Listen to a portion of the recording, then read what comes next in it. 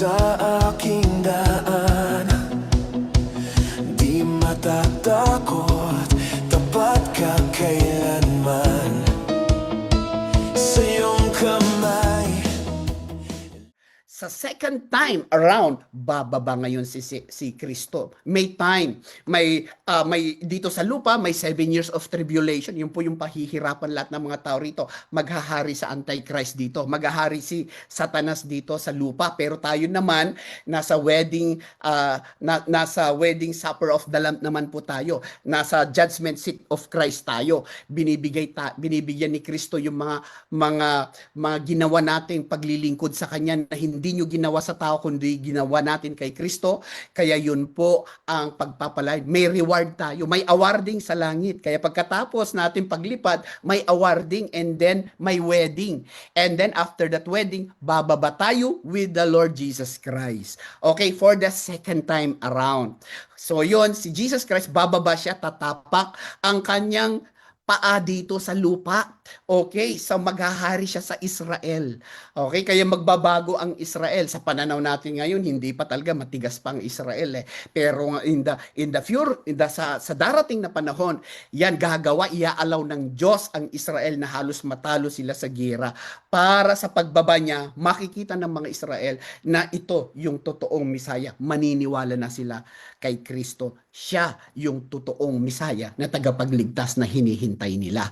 So yun po, pagdating niya rito, magre-reign siya ng 1,000 years. Okay. So, magre-range po siya ng 1,000 years, 1,000 taon. Okay, isipin mo yon, 1,000 taon kasama natin ang Diyos. Pero tayo, glorified body na tayo. Tayong mga raptured believers, glorified body na tayo. 'Di ba? Hindi na tayo matutukso. At sa pagbaba ni pagbaba ni Kristo, ibabaon niya, ikukulong niya ito si Satanas for 1,000 years. Kaya walang tukso during that time. Kaya pag si Kristo ang presidente, siya na ang naging hari ng buong mundo. Wala nang corruption doon, wala nang flood control doon kasi maayos na lahat ng mga ilog. I-repair, i-restore lahat ng Diyos yan. I-repair pa niya ang mundo. Kaya hindi pa pasasabugin ng nuclear ang mundong ito. Kaya wag tayo matakot sa nuclear. If you don't know the word, mabubuhay ka sa takot talaga. Pero if you know the word, hindi ka mababahala. Kasi bakit? Secured tayo kay Kristo. Okay, so yun po, kaya yun ang mangyayari ay magre-reign si Jesus Christ ng 1,000 years with us as believers na nag-glorified body na. Kasasamahin na natin yung mga mortal, yung mga makalulusot doon sa 7 year of tribulation ng mga mortal na tao. So yun po. At syempre, doon mag-iiba ang cycle ng mundo. Okay, yan po ang pag-aaralan po natin ngayon. Okay, so yun po. Sabi niya dyan, ito po, sabi niya dyan, rapture of the church, ito na, malapit na tayo. Yan na po ang hinihintay natin. Hindi natin alam, baka mamaya, baka bukas, baka pagka nasa eroplano ka na, baka nasa train ka na o natutulog ka, hindi natin alam. And that is, nangyari na lahat ang mga sinyales ng pagbabalik ng ating Panginoon. Yung giyera, no? Walang oras, walang araw, hindi natin alam. Wala tayo, pero may sign ng kanyang pagbabalik. May sign. Ano yon? Giyera. Ano yon? Pestilence. Yung COVID. Okay, malaking papel ng COVID to prepare yung mangyayari dito ngayon. Kaya ang hinihintay lang natin, yung rapture of the church. Yung tayo mararapture. Kaya nasa end times na tayo mga kapatid. Kaya hindi tayo pwedeng papetiks-petiks na lang sa pananampalataya natin sa Panginoon. Hindi na pwede yung kailangan pilitin tayong mag-church. Hindi na tayo pipilitin pang sita natin dyan, yung marriage, yung the return of Christ. Nandito na tayo sa return of Christ. Makikita po natin dyan. Thank you, Sister Merily. At naririnig kayo. So, yan. Thank you. So, yun po. At balik tayo. The return of Christ, Revelation 19 verse 11. Yan na po yung bababa kasama tayo. Si Kristo bababa mula langit. Mula langit sa marriage supper of the Lamb, bababa siya. May araw yan na pababa. So, sa Revelation 19 verse 11, the return of Christ with the believers. So yun po ang ating titignan. At sabi niya diyan, Jesus Christ second coming in Armageddon. Ito po yung gigirahin lahat ni Jesus Christ, lahat ng mga gustong tumupok para girahin ang Israel. Later on, si Jesus Christ ang gusto nilang girahin. Kaya bumaba si Kristo, anong ginawa niya? Tinupok niya, pinatay niya lahat ito at kinulong niya lahat ito sa dagat-dagatang ay sa abyss, sa bottomless pit. Okay, Revelation 16 verse 16, and they, demons, gathered the kings and armies of the world together at the place which in Hebrew called Harmageddon. Isang place po yan for na-prepare yan para magkaroon ng battle later. Okay, sa 2 Thessalonians 2 verse 8, then the lawless one, the Antichrist, will appear, but the Lord Jesus will kill him simply by breathing on him. Okay, he will be completely destroyed by the Lord's glorious return. So yun po, kaya sabi niya dyan sa 19 verse 11 ng Revelation, describe Jesus returning on a white horse, sharp sword out his mouth. His eyes were like a flame of fire, as faithful in truth to judge and make war. Title, King of Kings and Lord of Lords. So hindi na siya bababa para maipanganak as baby. Bababa na siya as hari. Bababa na siya na para handang girahin, tupukin lahat yung mga nanggigera sa Israel. At para bakit? Kasi bababa pa siya sa Mount of Olives. Kaya sabi niya doon, kung paano siya umalis, ganun din ang kanyang pagbabalik. Kaya Jesus Christ second coming, ito na po yung second pagbaba niyang ganyan, gigirahin niya at magre-reign siya ng 1,000 years. Okay, Satan is bound for 1,000 years. Revelation 20 verse 1 to 3. Pagkatapos nito'y nakita ko ang isang anghel na bumaba mula sa langit, hawak ng isang malaking kadena at ang susi ng napakalalim na hukay, yung bottomless pit. Sinunggaban niya ang dragon, si Satanas, ang matandang ahas na walang iba kundi ang Diablo o Satanas, at ginapos ito sa loob ng 1,000 taon. Ito'y inihagis ng anghel na napakalalim na hukay, saka isinara at tinatakan ang pinto nito upang hindi siya makapandaya pa sa mga bansa hanggat hindi natatapos ang 1,000 taon. Pagkatapos nito'y palalayain siya sa loob ng maikling panahon. Kaya pagdating ng panahon na matapos na yung 1,000 years, mapapalaya muli si Satanas at magdidisib ulit siya. Mag-aano din naman siya ng mga kampon niya. Okay? And after that, pagkatapos yung maikling panahon lang, yon, kukunin na lahat ito, final judgment, kukunin lahat ng Panginoong Jesus, si Satanas at lahat ng kanyang kampon para itatapon na sa second death, sa dagat-dagatang apoy. Okay, sa burning sulfur, na they will be separated with God, eternity, wala ng pag-asa. Ay, meron tayong final judgment, hindi para ma-judge kung ma-save sila o hindi, kundi ma-proclaim yung verdict, the judgment, para sa kanila na wala yung mga pangalan nila sa listahan ng buhay. Wala yung name nila sa Book of Life. Kaya napaka-importante na kailangan mailista yung yung pangalan natin sa Book of Life. Okay. Hello, boss, na naririnig namin kayo. Yan. So yun po. Okay, next. Sabi niya dito, letter C. 1,000 years reign of Christ Jesus. Okay, they had not worshipped the beast or his statue, nor accepted his mark on their foreheads or their hands. They all came to life again, and they reign with Christ for 1,000 years.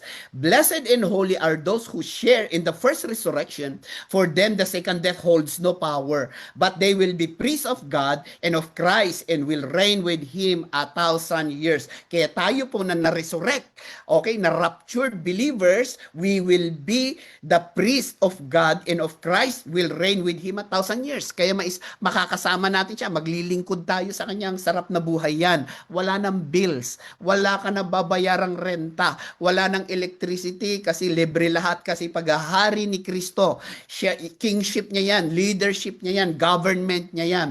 So wala na tayong iisipin pa pa. Kaya doon sikapin natin, 'di ba? Piliin natin ang Diyos sa buhay natin para makarating tayo sa 1,000 years. So syempre, ang mga tao diyan yung raptured believer. Tapos yung pangalawa, yung mga nakalusot sa 7 years of tribulation. Yung mga hindi tumanggap sa mark, hindi tumanggap ng tatak sa forehead, okay? Para sila po ay maliligtas kasi sila eh. Mabubuhay sila. Okay? Tapos yung magiging anak nila. Okay? Kaya tatlo ang mga tao dyan. Okay? Ng mga raptured believers, yung nakalusot sa Great Tribulation, tapos yung magiging anak nila, tapos yung magiging anak ng anak pa nila in the future. So yun po, at saka yung tao na madideceive. Okay? Pagkatapos ng 1,000 years. Kaya tayo, hindi na tayo madideceive kasi raptured believers na tayo. We are glorified body na tayo. Ang madideceive yung mga mortal, yung mga tao dito na hindi na rapture pero humaba buhay nila, nabuhay sila ng 1,000 years. Okay? Pero sila po ay madideceive. Okay? Pero tayo as a raptured believers, hindi na tayo madideceive. Kaya makasama sana kayo sa rapture. Okay? Dapat kaya yung mga pag-uugali natin, yung mga pananalita na natin, pag-joke na natin, hindi na pang-rapture na pananalita na, 'di ba? Pang-rapture na paglilingkod sa Panginoon. Okay? Hindi na pansarili, hindi na para i-promote ang sarili o elevate or i-edify ang self, kundi let Jesus be magnified in all our services for Him. So yun po, napaka-importante na meron tayong pananampalataya at totoo na paglilingkod sa ating Panginoong Diyos. Okay, pasensya na kayo at medyo medyo kailangan lang talaga ang dito, medyo teaching talaga siya. Pero kailangan natin mapakinggan kasi we are now in the last days. Alam na natin ito at alam na natin nasa mga huling araw natin tayo na nangyari na lahat ang kanyang mga signs. Okay, kaya tayo nag-i-evangelize kasi one of the sign of His coming, of His return, ay yung ma-spread out ang gospel to the whole world hanggat sa kaduluduluhan ng mundo. Kailangan nila marinig. And then, the end will come. Yun po. Kaya sabi niya rito, what will happen during 1,000 years reign of Christ? There will be universal justice and righteousness. Kasi si Kristo na. Diba? Wala na. Tayo, hindi nila tayo matataguan kung tayo ang maglilingkod. Kasi lulusot tayo sa pader. Body, glorified body tayo eh. Hindi nila maitatago yung mga resibo na ng munisipyo o yung mga gastos, yung mga pag-flood control, 'di ba? Madidetect na natin, hindi mo kailangan ang mga camera na doon kasi si Kristo camera na siya. Si Kristo Diyos siya na righteous judge talaga ang mangyayari. Kaya universal justice and righteousness. He will judge your people with righteousness and your poor with justice. Kaya napakaganda ho na ito po matunghayan sana natin ito. Makasama tayo sa 1,000 years sa na pamumuno ni Kristo para makatarungan siyang makapaghatol sa inyong mga mamamayan pati na sa mga dukha. Kaya hindi mo pwedeng puro lang kasi ako, dukha lang kasi ako. Hindi. Righteous judge ang ating Panginoong Hesukristo. Kaya dyan po ay talaga yan, mapalaganap ang righteousness sa lahat ng mga gobyerno. Kaya tayo, mga naghahanap, nananalangin, nang mawala sana ang corruption, hindi mo talaga maaalis yan. Nananalangin na magkaroon ng kapayapaan sa mundo, hindi mo talaga mapapayapa ang mundo. Hanggat hindi si Kristo ang maghari, hanggat hindi si Kristo ang maging presidente, there will no peace and there will be walang hindi mo mawawala corruption.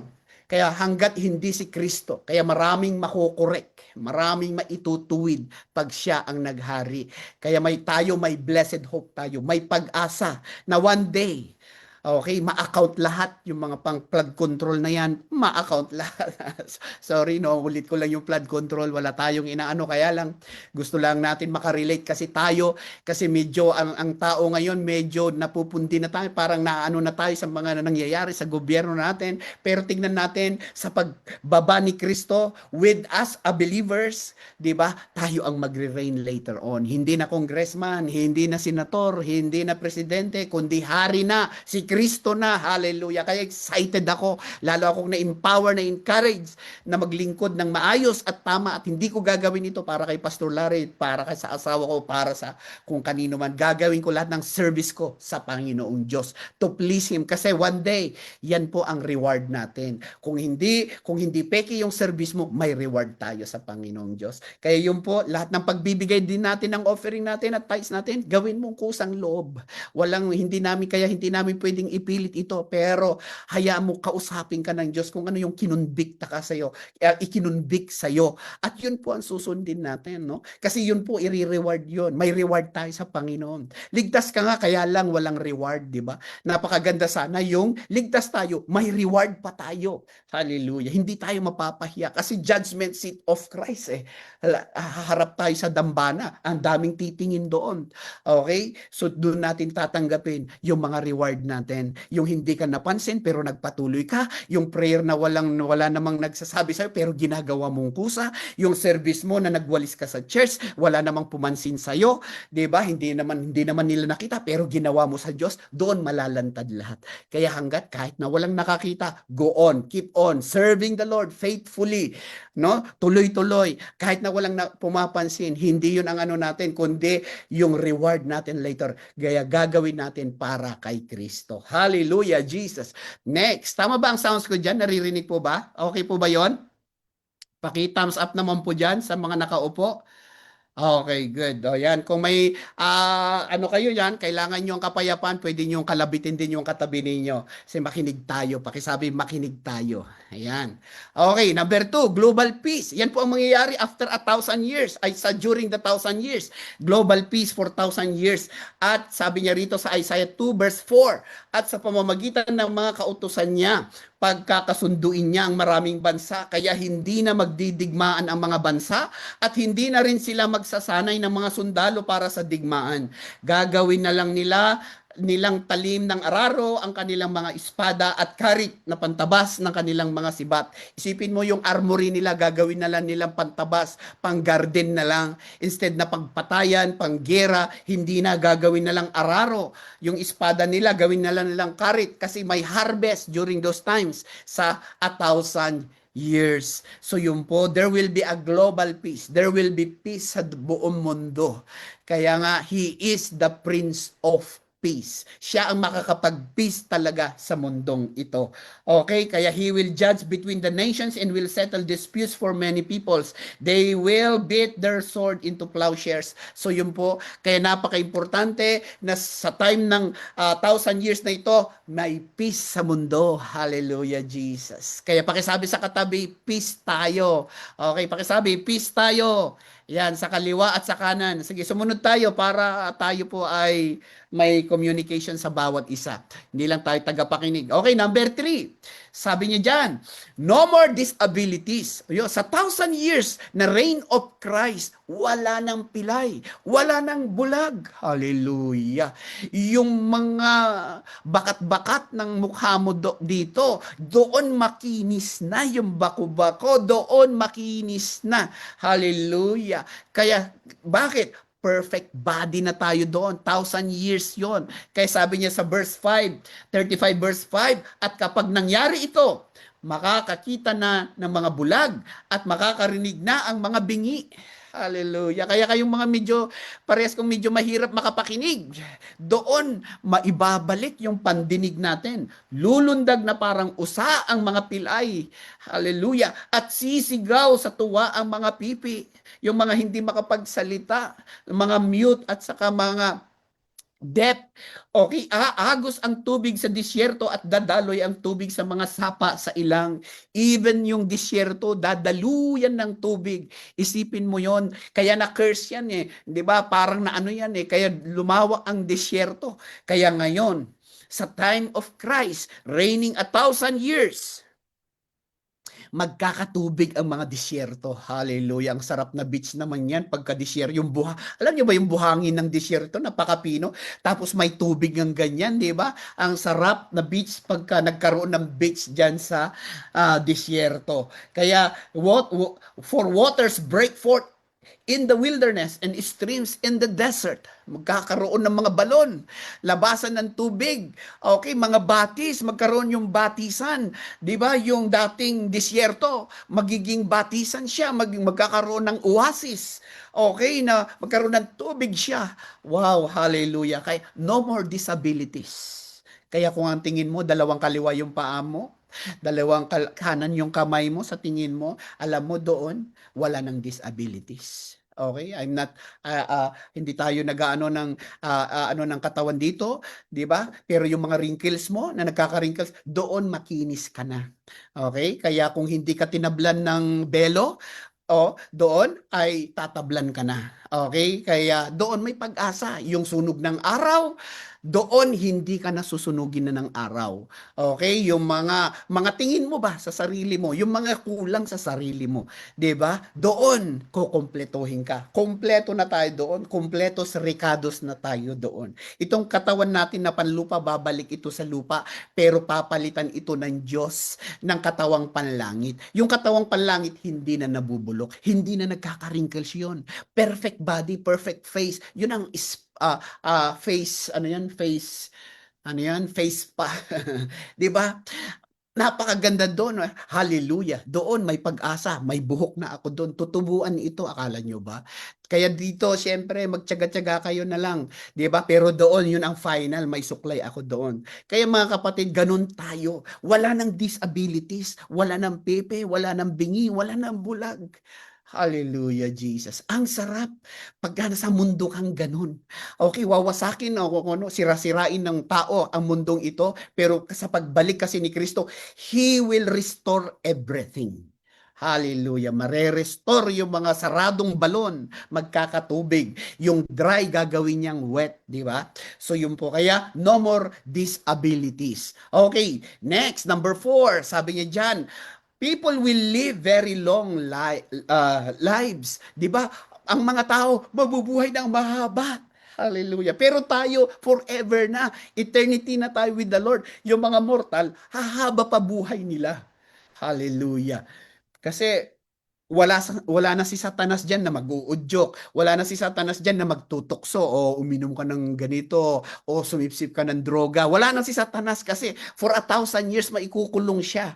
Okay? Tapos ang hari ay si Kristo. Sino pa ang hindi susunod sa gobyerno ni Kristo? Transparent ang lahat. Hindi ka pwedeng punch down ng time mo doon sa ano, 'di ba? Hindi mo pwedeng kupitan ng oras yung pagpasok mo ngayon sa trabaho kasi lahat nakikita ni Kristo. Pag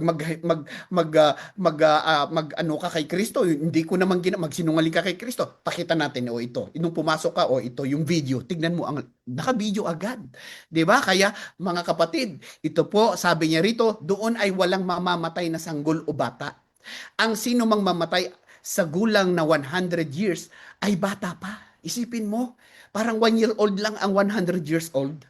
Ano kaya ang itsura ng ano, baka yung edad noon, anong pang birthday ka na? Pang 200 yet birthday celebrant. Pang 200 pa lang naman eh. O di ba? Parang bata pa. Hallelujah, Jesus. Isipin mo 'yon, 'di ba? At ang mamamatay ng hindi umaabot sa 100 na taon ay ituturing na pinarusahan ko.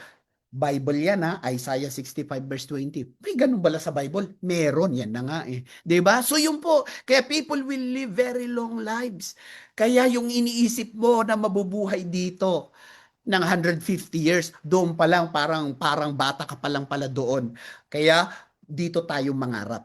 Mga kapatid, kayong lahat na nasa Finland, samang kayo lupalop ng mundo, ng Finland nakatira o tinawag ng Diyos, dito tayo mag-focus. Dito tayo, makasama tayo sa 1,000 years of Christ reigning sa mundong ito. Gusto mong mabuhay ng mahaba?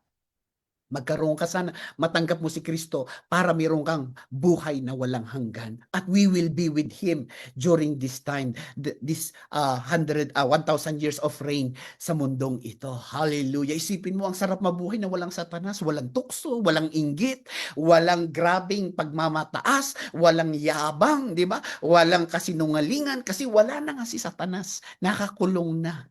Pwede ba yun? Pwede, kasi yun ang, pag sinabi ng Bible, otherwise, siya ay nagsisinungaling na Diyos. Kaya pag sinabi ng Biblia, tingnan mo, wala pang hindi nakasulat sa Biblia na hindi pa na hindi nangyari. Okay? Siyempre, yung revelation, ano kasi yan eh, future pa. Kaya nga, revelation. Okay? I-reveal pa lang yan, unti-unti.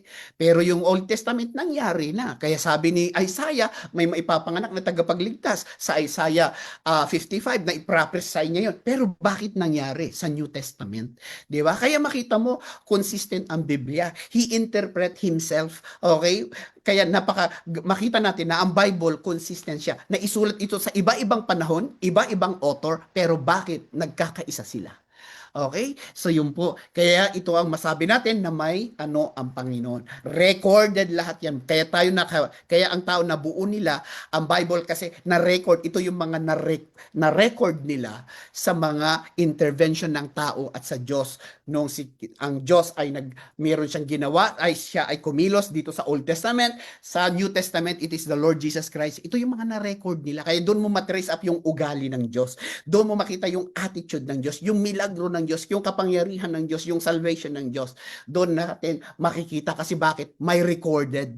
Okay? Merong naka-record na basihan natin ng pananampalataya natin. Maraming mga nananampalataya ngayon sa bato, sa mga espiritu ng dilim, sa mga hayop, 'di ba? Pero wala silang basihan. Ang basihan natin sa ating pananampalataya, the Bible itself. So yun po, people will live very long lives. Kaya sa panahon na yun, mabubuhay tayo. Di ba, isipin mo, makakasama natin si Kristo, magbe-birthday ka doon. Wow, 500 years old.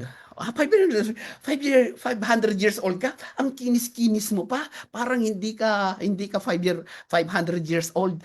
O, di ba? So excited tayo. Na medyo ini-exaggerize ko lang. Pero makita natin sana yung ganito na setup. Makita natin ito. Kaya hindi lang tayo naka-focus dito sa buhay natin ngayon. Meron pang 1,000 years nakasama natin si Kristo.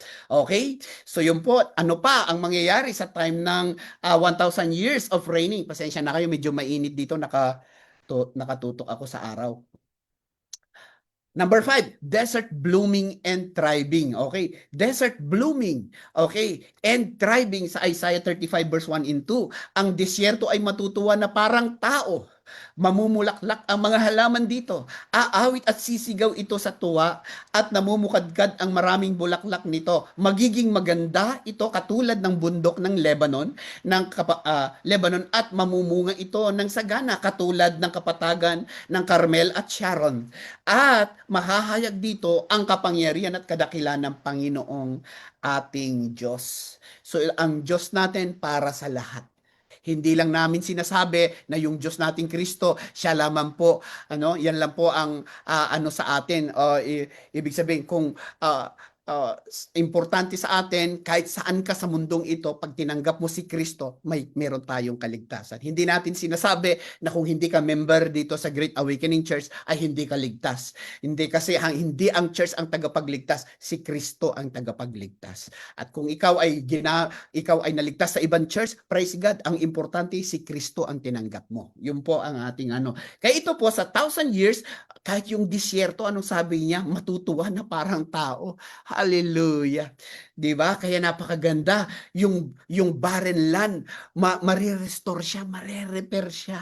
Wow, ini-imagine ko minsan, wow, ang sarap naman pumunta sa Dubai, 'di ba? Pumunta sa Saudi, yung malawak na lupain ng disyerto doon, magkakaroon siya ng buhay. Okay, parang taong matutuwa, sabi niya ganyan. Kaya mga kapatid, don't miss the rapture kasi yun po ang ating gate papunta dito para we will be with the Lord forever. Kaya kung may mga kailangan kang patawarin ngayon, magpatawad ka na. Okay. May mga kailangan mong alisin na sa buhay mo, alisin mo na. Kung meron kang dapat isuko sa buhay mo, isuko mo na. Huwag ka nang maghintay, ano na lang, next year na lang magbabago na ako, promise. 'Di ba? Marami nang nag-New Year's resolution pero nagiging 'yun pa rin. After 2 weeks bumalik na naman sa dati. Kaya kung ano yung gusto mo talagang isuko sa Panginoon, isuko mo na ngayon. We don't know the time. Hindi natin alam, baka pag-uwi natin mamaya magkaka-rapture na.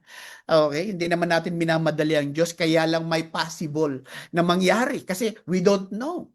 Okay, yung rapture kasi mas snatch tayo eh. Okay, tutunog ang trompeta. Sabi niya, sisigaw ang Diyos at tutunog ang trompeta. Tutunog ang trompeta, tatawagin niya tayo. Ibig sabihin, ibibigay niya yung spirit muli sa atin. Ibubuga niya muli. 'Di ba? Sasabihin niya, "Oh, na parating na ako." Yan.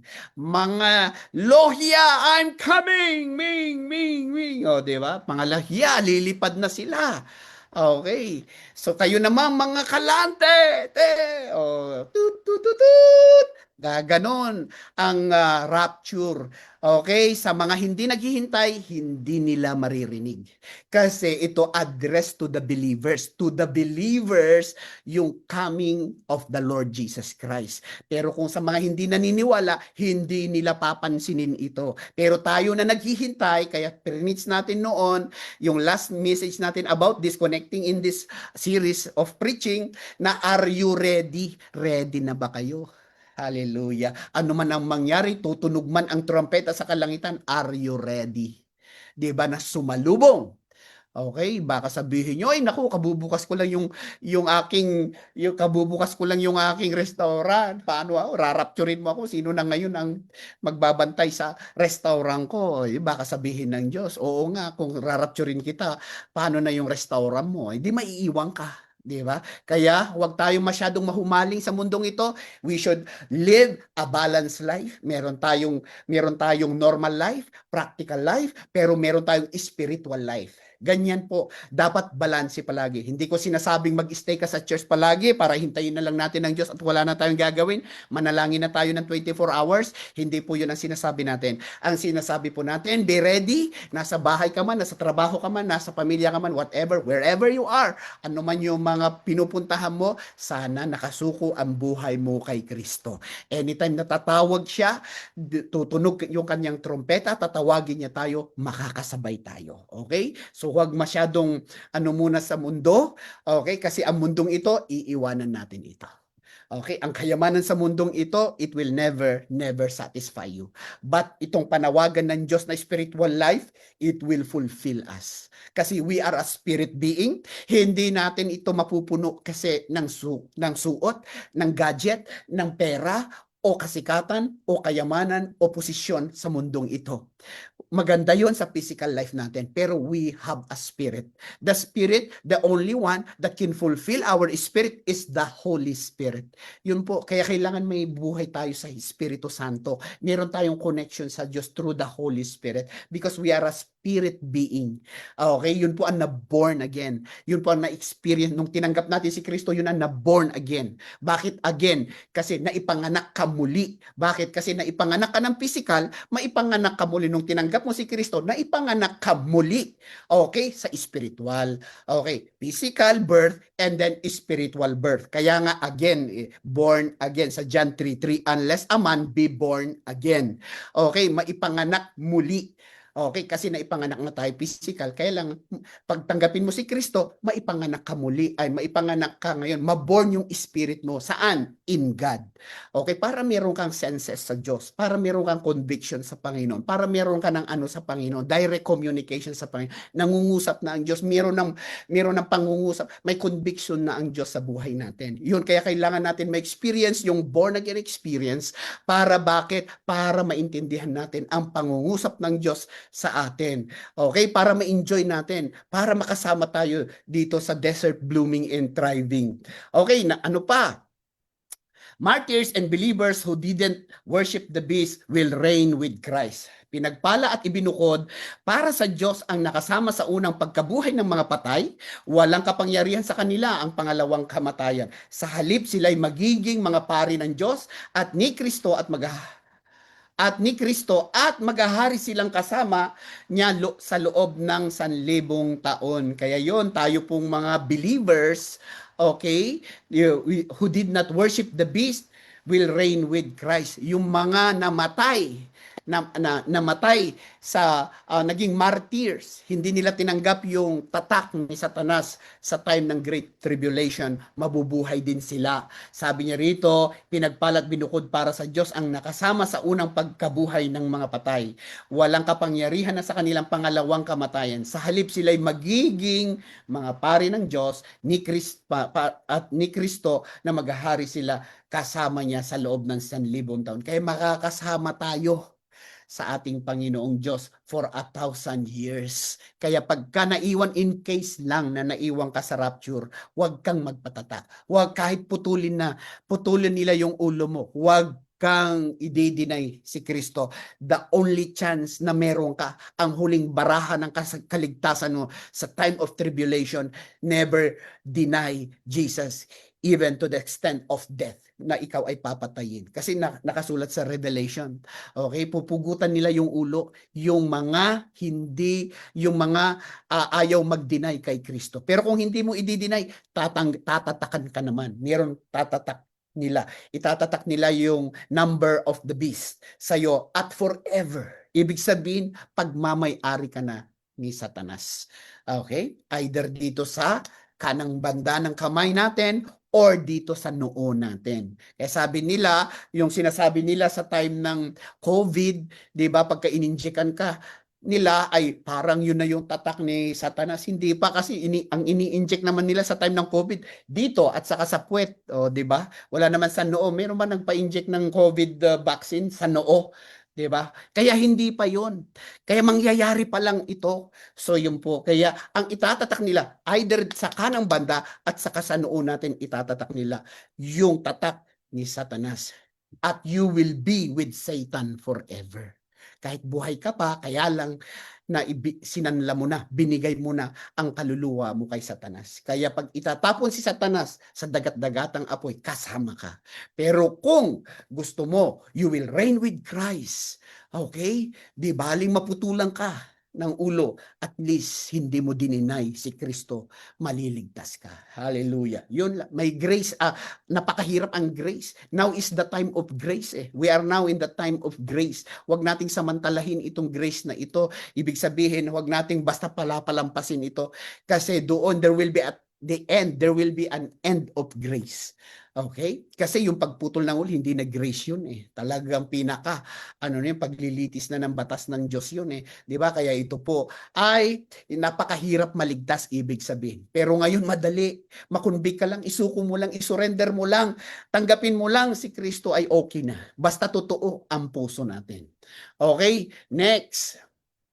Sabi niya yan, number 7, the animal kingdom will be peaceful. Wow! Hallelujah! Kaya nagkaroon ng pag-asa si Mochi namin. Meron akong pusa dito sa bahay, si Mochi. Magiging lubos ang kapayapaan sa kanyang paghahari. Ang asong lobo ay maninirahang kasama ng tupa. Mahihigang magkasama ng kambing at leopardo. Magsasama ang guya, yung batang baka at batang leon. At ang mag-aalaga sa kanila ay mga batang paslit. Wow, isipin mo, halimbawa ano yung bata dyan? Halimbawa yung mga anak natin dyan, di ba? Anong pangalan nito? Si Iber. Si Iber na alala ko eh. Halimbawa si Iber, makita, may alaga siya. Anong alaga mo, Iber? Layon lang naman eh. Di ba? Parang ganun kaamo ang ating kasi nasira lang na naging mailap ang mga hayop nung nagkasala ang tao. Nung kinain nila yung pinagbabawal ng Diyos sa Garden of Eden na bunga. Okay, ano yon? The fruit of the forbidden tree. Nag-iba ang weather, may kulog at kidlat, nag-iba ang hayop, naging mailap ang hayop. Kaya titingnan natin kung babasahin mo yung chapter 1, makita natin yung chapter 2, makita natin doon, nag-uusap yung ahas at ang tao. Okay, kung ipipicturize mo lang yon, nag-uusap talaga ba, Eva, na sinabi ng Diyos yan? Parang nag-uusap talaga sila, kung makikita mo. Kaya ganun, kaano ang hayop. Alam nga naman na lumikha ng Diyos noon ng hayop na takot sa tao at ang tao takot sa hayop. 'Di ba? Sana friends tayo sana, kaya lang dahil sa kasalanan, ito, na i-curse ang lupa. 'Di ba? Dahil sa hindi pagsunod o pagrebelde ng tao. Kaya first and foremost, bakit nagkagulo ang mundo? Hindi dahil sa Diyos, kundi dahil sa tao. Bakit bumaba si Kristo? Dahil sa tao para iligtas. Bakit gumawa ang Diyos ng mundo? Dahil sa tao. Okay? Kaya isipin mo, ang Diyos talagang lahat ng ginawa niya para sa tao. Ano ba ang tao sa kanya? Special. Kaya pakisabi mo sa katabi mo, special ka sa Diyos. Yan, sige, katabi. Pakisabi sa katabi ng maayos, special ka sa Diyos. Hallelujah, Jesus. Kaya special tayong lahat, kaya tayo binabalikan. Kaya ganun din ang treatment namin. Trato po namin sa inyo dyan sa Finland. Special kayo sa Diyos. Kayong mga Tagalogya, special kayo sa Diyos. Mga Kalante, mga Rauma, Turko, Porbo, at Kubula, special. Lati, special kayo sa Diyos. Kaya yun po, kaya napaka-importante po itong 1,000 years reign of Christ na ma-inform tayo. Okay, kailangan ma-inform tayo dito kasi akala natin pag tapos na ang buhay sa mundo, tapos na ang kwento. Hindi, magre-reign pa tayo kay Kristo. We will be with the Lord forever. Kaya yung mga ano natin, mga ginto-ginto natin, kung wala ka mang ginto, huwag kang mag-alala. Kasi sa langit, kalsada natin ang ginto. Yan, semento, hollow block lang yan sa langit. Yeah, kaya ano yan, tinatapakan lang natin. Yung kristal, tinatapakan lang natin. Napaka-sobrang mahal dito. Napaka-sobra ang ginto dito, di ba? Talagang para namang ano, pero sa langit. Pantay-pantay na tayo doon sa langit. Hallelujah. Kaya wag tayong mag-alala kung wala naman tayong ginto, importante may langit tayo. May daan tayo papunta sa langit. 'Yun po ang final, 'yun po ang totoong kwento, 'yun po ang pinale. Pagkata ang hindi ano ang masaklap pagka nabuhay ka lang ng masaya dito, na maligaw ka naman later on. Forever iiyak ka ng dugo, wala nang biyaya ng Diyos. Now, ito na po ang ino-offer ng Panginoong Diyos na magpakaapoy tayo, magpakatibay tayo mga anak. Yan po, inumpisahan po kayo ng Diyos. Ang Diyos ang tumawag sa inyo. Siya po ang kumumbikta sa inyo. Siya din ang nagsimula dyan sa Finland. Siya ang nagbukas. Pag ang Diyos ang nagbukas, walang makapagsasara. Kung hindi man magpapatuloy ang iba, magpapatuloy ka. Di ba? Kaya hindi tayo nakasalalay sa tao, nakasalalay sana tayo sa Diyos. Kaya keep it up, magpatuloy tayo. At kung hindi mo man tinanggap si Kristo bilang Diyos at tagapagligtas mo, katulad ng sinabi ko, John 3:16, for God so loved the world that He gave His only begotten Son, that whosoever believe on Him should not perish, but have everlasting life. Kaya tanda natin sa John 14:6, I am the way, the truth, and the life. No one comes to the Father except through me. Sabi ni Lord Jesus Christ, wala nang ibang daan. Hindi si Jonathan, hindi yung katabi mo. Kaya kung makakita man tayo ng pasaway, hindi natin gusto sa church, 'di ba? Huwag kayong tumingin sa tao, tumingin tayo lahat kay Kristo kasi si Kristo lamang ang perpekto. At ano man yung mga pagkukulang ng bawat isa, ayusin natin, pag-usapan natin, magpatawaran tayo at mag-ayusan tayo. Ganun lang ang gawain natin. Okay? Kaya tayo po yung pananampalataya sana natin nakabase kay Kristo. Para bakit? There will be a time, irarapture man tayo, mararapture tayo. Ma-caught up tayo in the air. Kasi bakit? Totoo yung Christianity natin. Totoo yung relationship natin sa ating Panginoon. Tanong, may relationship po ba tayo sa Panginoon? Siguro sasabihin natin, alam ko naman na may Diyos, kaya lang, kilala mo na may Diyos siguro, pero ang tanong, kilala ka ba ng Diyos? O kilala natin siguro yung mayor sa isang barangay, ay sa isang munisipyo, okay, pero ang tanong, kilala ka ba ni mayor? Diba? Sino lang ang kakilala ni Mayor? Yung mga kakilala niya, kaibigan niya, yung mga katrabaho niya, yung mga ka-acquaintance niya, kaklase niya siguro, kabatch niya siguro. Bakit? May relasyon. Ganon din po ang gusto ng Diyos ngayon. Hindi lang sana natin na alam na may Diyos, kundi ang tanong, may relasyon ba tayo? Hindi lang sana kilala natin na si Kristo ang tagapagligtas. Kailangan tanong, si Kristo ba kilala tayo na tumanggap sa Kanya? Kaya sa oras na ito, magkaroon tayo ng kumital. Yung bang mag-commit tayo muli. Mag-recommit tayo muli. Kung nalalamig ka na, kung nagkakaroon ka na ng naboboring ka na sa Christianity mo, sa Christian life mo, okay? Panahon na ito para ma-revive tayo, para maapuyan tayo, para lalo tayong magliyab. Kasi bakit? Ang Christianity hindi lang ito sa Turpo, hindi lang sa mundong ito, hindi lang sa Finland. Pagkatapos ng buhay natin sa mundong ito, haharap tayo sa dambana ng Diyos. Tatanungin niya lahat, kikiluhin niya lahat yung mga services natin para ibibigay ang reward natin. Tapos pakakasalan na tayo, makikiisa tayo, ibig sabihin kay Kristo. Ang pakakasalan lang niya, yung meron siyang relasyon. Meron ba nagpakasal dito na hindi mo kilala, pinakasalan mo? Wala naman po. Sa normal na ng tao, walang ganun eh. Hindi nag-i-exist sana yung ganun eh. 'Di ba? Pero sa Diyos, ang pakakasalan lang ng ating Panginoon, He is the groom, we are the bride. Okay? Ang pakakasalan niya, yung meron siyang relasyon.